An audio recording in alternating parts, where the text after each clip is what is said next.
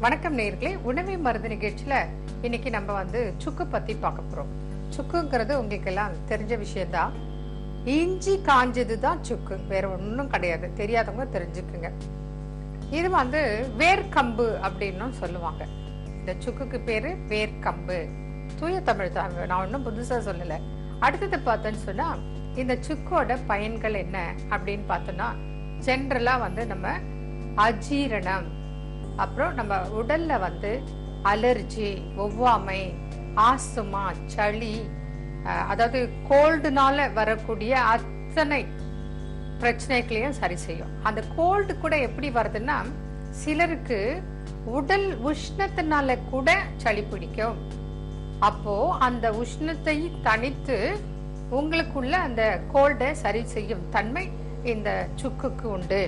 பொதுவா நம்ம என்ன பண்ணுவோம், வீட்டுல சுக்கு காஃபி சாப்பிடுவோம். அம்மா எப்படி போடுவாங்க, நமக்கு கொஞ்சம் சுக்கு, மிளகு, தனியா, அதாவது கொத்தமல்லி விதைன்னு சொல்லக்கூடிய அந்த மல்லி விதை, தனியாவை போட்டு லேசா வறுத்துட்டு அதுக்கப்புறம் ஒரு டம்ளர் தண்ணி ஊற்றி அது ஒரு 1/2 டம்ளர் ஆகிற அளவுக்கு நல்லா சுண்டை காய்ச்சி வடிகட்டி அதுல பால் கலந்து கொடுப்பாங்க. இல்ல பால் கலக்காம கூட வெறும் சுக்கு தண்ணி. கிராமத்துல இன்னைக்கு போனீங்கன்னா யாராவது போனா விருந்தாளிகளுக்கு, தம்பி சுக்கு தண்ணி சாப்பிட்றீங்களா அப்படிதான் கேட்பாங்க. புரியுதுங்களா? இன்னைக்குதான் விதவிதமான விளம்பரங்களை பார்த்து டீ, காஃபி, ஏகப்பட்ட ஐட்டம்ஸ். ஆனா அதெல்லாம் சாப்பிட்டீங்கன்னா அலர்ஜி உண்டாகும். ஆனா அந்த அலர்ஜியை சரி செய்யும் தன்மை இந்த சுக்குக்கு உண்டு. அதே போல இன்னைக்கு நிறைய பேருக்கு கோல்டு, சளி. அதுக்கு என்ன பண்ணணும், பால்ல ஒரே ஒரு சிட்டிக்கை சுக்கு பொடி போட்டு நம்ம பால் குடிச்சோன்னு சொன்னா பாலும் நல்ல அந்த சுக்கு மணத்தோட நல்ல அருமையா நமக்கு சளியை சரி பண்ணிடும். அடுத்தது பார்த்தோன்னு சொன்னா, இன்னைக்கு அநேகம் பேருக்கு climatic allergy, dust allergy, food allergy அப்படின்னு சொல்றாங்க. அவங்க எல்லாம் கூட என்ன பண்ணணும்னா, நீங்க நார்மல் டீ காஃபிக்கு பதில் நான் இப்ப சொன்னேன் இல்லையா சுக்கு காஃபி, அது போல செய்து சாப்பிடுங்க. அப்படி இல்லை நீங்க டீ தான் இப்ப ஆபீஸ்ல ஒர்க் பண்றீங்க, டீ தான் கிடைக்குது இல்ல பால் தான் கிடைக்குதுன்னு வச்சுக்கோங்க, அதை பத்தி கவலையே படாதீங்க. நீங்க என்ன பண்ணணும், சுக்கு பொடி ஒரு பாக்ஸ்ல வச்சுக்கணும். ஒரு 2 பிஞ்ச் எடுத்து, அது டீயா இருக்கட்டும் இல்லது உங்களுக்கு பாலா இருக்கட்டும், அதுல நீங்க என்ன பண்ணணும், 2 சிட்டிக்கை நீங்க இந்த சுக்கு பொடியை போட்டு மிக்ஸ் பண்ணிட்டு நிதானமா சுவைத்து குடிங்க. அப்போ உங்களுக்கு எந்த வகையான அலர்ஜி, ஒவ்வாமை இருந்தாலும், இப்போ உதாரணத்துக்கு நான் சொல்றேன், யாரோ ஒருத்தர் பெர்ஃப்யூம் போட்டிருப்பாங்க, அது எனக்கு ஒத்துக்காது. வீட்டுல அம்மா சமைச்சிருப்பாங்க, சமையல் நெடி ஒத்துக்காது. ஒண்ணு இல்லைங்க, டிராபிக்ல சிக்னல்ல நீங்க நிக்கிறீங்க, எவ்வளோ வாகன புகை, அந்த புகை கூட நமக்கு டஸ்ட் அலர்ஜி. அப்போ அதெல்லாம் போய் நீங்க கண்ட்ரோல் பண்ண முடியுமா, தடுக்க முடியுமா? கிடையாது. என்னோட உடம்புல எனக்கு நோய் எதிர்ப்பு சக்தி குறைவுனால எனக்கு அலர்ஜி, ஒவ்வாமைங்கிறது அப்படித்தான் வரும். இப்ப பாத்தீங்கன்னா வெளிநாடுகள்ல எல்லாமே நீட்டா இருக்கும், டஸ்டே இருக்காது. ஆனா ஒண்ணு மாத்திரம் தடுக்கவே முடியாது, என்ன தெரியுங்களா, அந்த மரங்கள்ல உள்ள, செடிகள்ல உள்ள அந்த பூக்கும் காலத்துல அழகா பூத்திருக்கும். ஆனா அதுல உள்ள மகரந்த தூள் அவங்களுக்கு அலர்ஜியை உண்டு பண்ணும். இப்ப நம்ம நாட்டுல டஸ்ட், அதனால அலர்ஜி அப்படின்னு சொல்றோம். மேலை நாட்டுல டஸ்ட் எல்லாம் கிடையாது, இந்த மகரந்த தூளே அவங்க சொல்லுவாங்க அழகா, பூ பூக்கும் காலத்துலங்க அந்த மகரந்த தூள் எங்களுக்கு அலர்ஜின்னு சொல்லுவாங்க. அந்த மாதிரி எந்த வகையான அலர்ஜியா இருந்தாலும் அதுக்கு நம்ம பால்ல, டீல இந்த சுக்கு பொடியை போட்டு சாப்பிட்டோன்னு சொன்னா நமக்கு முதல்ல அந்த அலர்ஜி சரியாகும். நீங்க நல்லா டெய்லியே சாப்பிடலாமே, ஒன்றும் தப்பு இல்லையே. அதனால இத்தனை நாள் அத்தனை நாள் கணக்கு கிடையாது. நம்ம எப்பவுமே ஒரு 2 சிட்டிக்கை, அது ஒன்றும் பெரிய விஷயம் இல்லை, 2 சிட்டிக்கை போட்டு குடிச்சோன்னா நமக்கு ஜென்ரலா பாடியில நோய் எதிர்ப்பு சக்தி அதிகரிக்கும். அதே போல நம்ம என்ன பண்ணணும், நெஞ்செரிச்சல், இப்போ கேஸ்ட்ரைட்டிஸ் இருக்கு, அஜீரணம், நெஞ்செரிச்சல், எனக்கு தொண்டை முதல் ஒரே எரிச்சலா இருக்கு அப்படின்னு சொல்லுவாங்க. அவங்க என்ன பண்ணணும், கற்கண்டு எடுத்து வச்சுக்கிட்டு தூள் பண்ணிட்டு இந்த சுக்கு பொடியை மிக்ஸ் பண்ணிட்டு அப்படியே சப்பி சுவைத்து சாப்பிட்டாங்கன்னா அந்த நெஞ்செரிச்சல் சரியாயிடும். இப்போ குழந்தைங்களா இருந்தா என்ன பண்ணலாம், அந்த சுக்கு பொடியை தேன் கலந்து நீங்க கொடுக்கலாம். அப்போ அந்த தேனோட அந்த குழந்தை சாப்பிடும் போது நல்ல பசிக்கும். இன்னைக்கு அம்மா மரம் என்ன சொல்றாங்க, குழந்தைகளை வச்சுட்டு ஒரு இட்லி ஊட்டுறதுக்குள்ள அந்த குழந்தை கிட்ட 1 மணி நேரம் ஆனாலும் அந்த குழந்தைங்க சாப்பிட்றது இல்லை, ஒரே ஆட்டம் போட்டுட்டு இருக்கோம். பசினா என்னன்னு தெரியாது, சாப்பிடவே மாட்டாங்க. அம்மா அழறா, ஊட்டுறதுக்கு அம்மா அழற, அப்படிப்பட்ட காலம் இப்ப குழந்தைகள். அந்த மாதிரி குழந்தைகளுக்கு நீங்க என்ன பண்ணுங்க, சுக்கு பொடியை தேன் கலந்து டெய்லி கொடுத்துட்டு வாங்க. அப்போ அந்த குழந்தைக்கு நல்லா பசிக்கும். அப்போ அவரே வந்து எனக்கு பசிக்குது, இன்னும் கொஞ்சம் நீங்க ஆசையா ஊட்டலாம், உங்களுக்கும் சிரமம் இருக்காது. அப்போ பசியை நல்லா எடுக்க செய்யறதுக்கு இந்த சுக்கு பொடி ஒரு நல்ல விஷயம். அடுத்தது ஆஸ்துமா.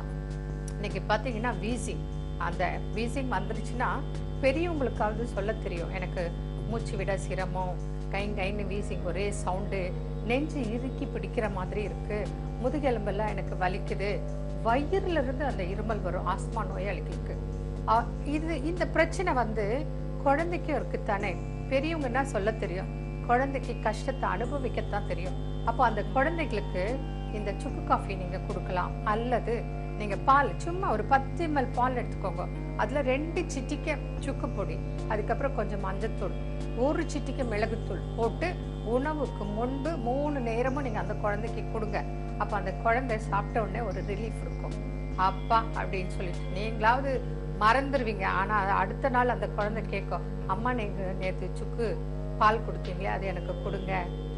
ஏன்னா அந்த ரிலீஃப் அந்த குழந்தைக்கு அந்த ஆஸ்மாவோட கஷ்டம் தெரியும். ஏன்னா இன்னைக்கு நிறைய குழந்தைகளுக்கு நைட் டைம்ல பிரச்சனை வந்துடும். உடனே என்ன பண்றோம், ஒரு கால் டாக்ஸியை கூப்பிடு, ஹாஸ்பிட்டலுக்கு போங்க, நெபுலைசர் வைங்க.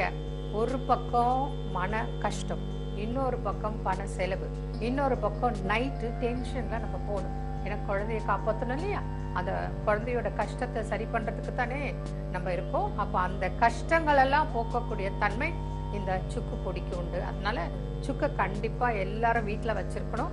பெண்கள் கண்டிப்பா அதை கவனமா அனைவருக்கும் நீங்க கொடுத்து பழகுங்க.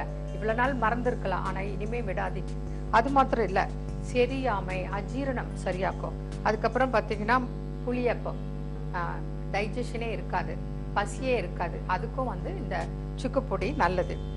மெயினா இருமல், அலர்ஜி, ஆஸ்மா, இன்டைஜஷன் எல்லாத்துக்குமே இந்த சுக்கு பொடியை நம்ம கொடுக்கலாம். மேலும் ஜென்ரலா பாத்தீங்கன்னு சொன்னாக்க இன்னைக்கு பல்வலிக்கு கூட இந்த சுக்கு பொடி சிறந்தது. எப்படின்னு கேட்டீங்கன்னா, ஒரு துண்டு சுக்கை நீங்க எடுத்துக்கங்க, வாயில வச்சுக்கலாம். சும்மா இன்னைக்கு பாக்கு ஏதோ பயன்படுத்துறாங்க, சுயங்கம்லாம் பயன்படுத்துறாங்க, தேவையே இல்லை. ஒரு துளி இவ்வளோண்டு, ஒரு என்ன சொல்லலாம், ஒரு சொண்டைக்காய் அளவு சொல்லலாம், ஒரு சொண்டைக்காய் அளவு சுக்கு எடுத்து நீங்க வாயில வச்சுட்டு இருந்தீங்கன்னா அது உமிழ் நீரா வரும். அதை நீங்க நல்லா வாய் கொப்பளிச்சு உள்ளுக்கு அப்படியே சாப்பிடணும். அப்போ அந்த பல்லுக்கு, பல் ஈருக்கு சிறந்தது. புரியுதுங்களா? அந்த வகையில நம்ம சுக்கு அப்படியும் பயன்படுத்தலாம். பால்ல வந்து சுக்கு போட்டு நம்ம குழந்தைக்கு கொடுத்தோம்னா நல்லா பசிக்கும். அப்போ ஒரு குழந்தைக்கு வந்து அஜீரணம், மந்தம், மாந்தம் அப்படின்னு சொல்லுவாங்க. அதாவது இன்டைஜஷனை தான் அப்படி சொல்லுவாங்க. அப்போ அந்த குழந்தைக்கு, அது பிறந்த குழந்தையா இருந்தாலும் சரி, வளர்ந்த குழந்தையா இருந்தாலும் சரி, அது தாய்ப்பால்ல கூட நம்ம கொடுக்கலாம். வளர்ந்த குழந்தையா தான் நார்மல் பால்ல நீங்க கொடுக்கலாம். கொடுத்துட்டு வந்தீங்கன்னு சொன்னா அந்த செரியாமை அப்படிங்கிறது சரியாகும், நல்ல பசிக்கும், நல்ல ஜீரணமாகும், சளி பிடிக்காது. அப்போ அடிக்கடி சளி பிடிச்சி காய்ச்சல் கூட வரும், சில குழந்தைகளுக்கு இருமல் வரும், மூக்குல நீர் கொட்டும். அதுக்கெல்லாம் சிறந்த ஒரு பொருளாக நம்ம இந்த சுக்கை பயன்படுத்தலாம். மேலும் உடல் வெப்பத்தை நமக்கு குறைக்கும். ஏன்னா எல்லாரும் நினைச்சுப்பாங்க நமக்கு வந்து சுக்கு சாப்பிட்டா சூடு பிடிச்சிக்கும். அதுவும் இப்ப உள்ளவங்க ரொம்ப மோசங்க, எந்த ஒரு பொருள் எடுத்தாலும் ஏன்னா இது உடம்புக்கு குளிர்ச்சியா இல்ல உடம்புக்கு சூடா, இது ஒரு கேள்வி தவறாம கேட்பாங்க. அப்படி கிடையாது, நம்ம சாப்பிடும் முறையில கூட இருக்கு. நம்ம வந்து ஒரு பொருளை எப்படி சாப்பிடணும்னு சொன்னா, தண்ணி குடிக்கிறதுனா கூட, இப்போ ஒரு உதாரணத்துக்கு இங்க உங்களுக்கு நாங்க சொல்றேன். இங்க ஒரு உதாரணம் என்னன்னாக்க, இப்ப சாதாரணமா ஒரு இளநீர் நீங்க குடிக்கிறீங்க, எடுக்கிறீங்க, போறீங்க, ஒரு கடைக்காரர்கிட்ட பாக்குறீங்க, அது அவர் சீவாரு, ஒரு ஸ்ட்ரா வச்சு உறிஞ்சி, இப்ப நான் இந்த சொன்ன நேரம் இருக்காது, குடிச்சு முடிச்சுட்டு போயிடுறீங்க. இது தவறு. இளநீரை எப்படி குடிக்கணும்னு சொன்னா, கொஞ்சம் எடுத்து வாயில வச்சுட்டு நாக்கால 4 முறை நல்லா மிக்ஸ் பண்ணீங்கன்னா உமிழ்நீர் கலந்துரும். அப்ப நீங்க அது உள்ள அனுப்பினீங்கன்னா அது அலர்ஜி வராது. இல்லைன்னா தொட்டாச்சு நீங்க போல என்ன சொல்வீங்க, எனக்கு வெண்டைக்காய் அலர்ஜி, எலுமிச்சம் ஜூஸ் அலர்ஜி, நெல்லிக்காய் ஜூஸ் அலர்ஜி, கோல்டு.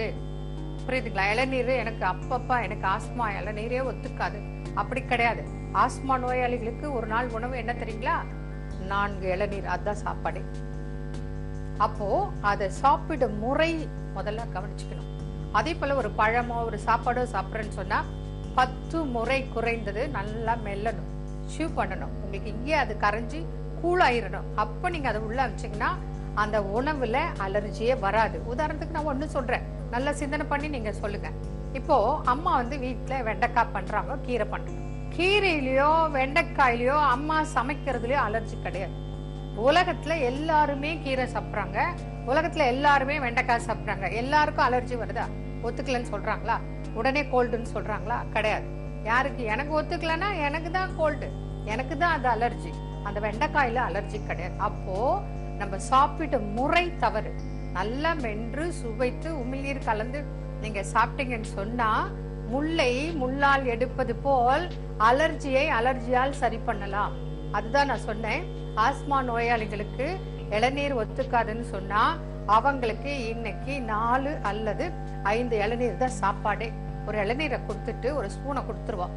எப்படி சாப்பிடணும்? அரை மணி நேரம் ஸ்பூன்ல எடுத்து நிதானமா உமிழ்நீர் கலந்து சுவைத்து சாப்பிடுங்க. அப்போ அலர்ஜியே வராது. அப்போ நாங்க சொல்ற முறை நீங்க சாப்பிட்டீங்கன்னா அலர்ஜி, ஆஸ்துமா எல்லாத்துக்கும் எல்லா பொருளும் சாப்பிடலாம். புரியுதுங்களா? அப்போ அந்த அலர்ஜியை சரியாக்கும் தன்மை இந்த சுக்குக்கு உண்டு. அந்த இளநீர்ல கூட ஒரு சிட்டிக்கு நீங்க சுக்கு போட்டுட்டு சாப்பிட்டீங்கன்னா அந்த அலர்ஜி, ஆஸ்மா, இந்த ஒவ்வாமைங்கிறதே போயிடும். என்ன நேர்களே, இன்னைக்கு சுக்கின் பயனை பார்த்தோம். நாளைக்கு வேறொரு நிகழ்ச்சியில சந்திப்போம். நன்றி, வணக்கம்.